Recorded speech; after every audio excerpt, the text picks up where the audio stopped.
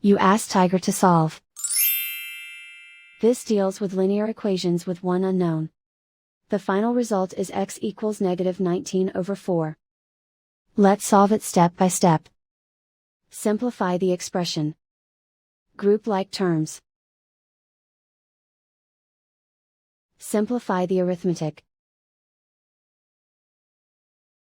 Group all constants on the right side of the equation. Subtract 95 from both sides.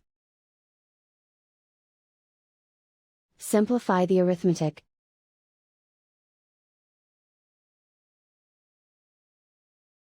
Isolate the x. Divide both sides by 20. Simplify the fraction. Find the greatest common factor of the numerator and denominator. Factor out and cancel the greatest common factor.